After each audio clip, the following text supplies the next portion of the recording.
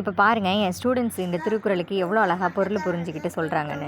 ஏலக்கா அவங்க போய் பணக்காரத்துக்கிட்ட போய் காசு கேட்பாங்கக்கா. அப்போ நம்ம கெஞ்சி கேட்குவோங்க. அப்புறம் கோவத்தில் கேட்போம்க்கா. கெஞ்சி கேட்டாக்கா தருவாங்க, ஆனால் தர மாட்டாங்கக்கா.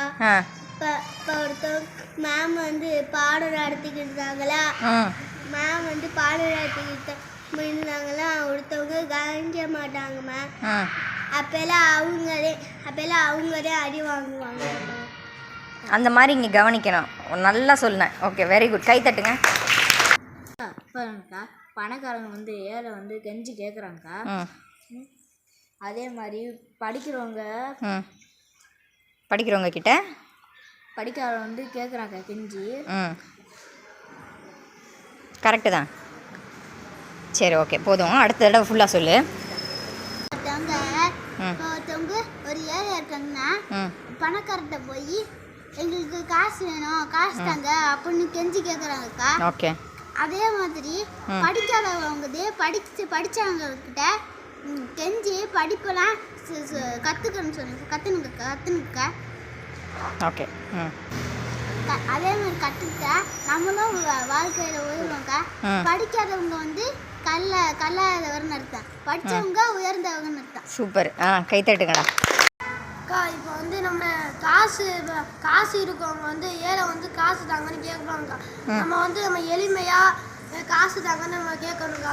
அந்த மாதிரி கற்றவங்ககிட்ட வந்து படிக்காதவங்க வந்து நம்ம தாழ்மையாக சொல்லித்தாங்கன்னு அந்த மாதிரி கேட்கணுக்கா. கற்றவங்க வந்து உயர்ந்தவங்களாம்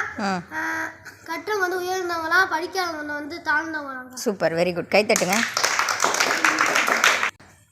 அக்கா, இப்போ வந்து பணக்காரங்க இருக்காங்கன்னா ஏழை போய் பணக்காரங்கள்ட்ட கெஞ்சி கதறி காசு கேட்பாங்கக்கா.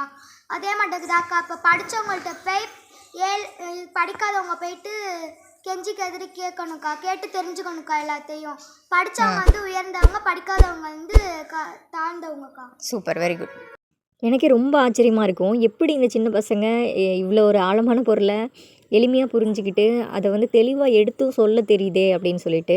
ஏன்னா நான் கிளாஸ் ஸ்டார்ட் பண்ணுறதுக்கு முன்னாடியே ஒரு திருக்குறளும் பொருளும் சொல்லி கொடுத்துருவேன். அதுக்கப்புறம் அவங்கக்கிட்ட எந்த அளவுக்கு புரிஞ்சுக்கிறாங்க அப்படின்றது தெரிஞ்சுக்கிறக்காக கேட்பேன். எல்லோரும் ரொம்ப அழகாக சொல்லுவாங்க.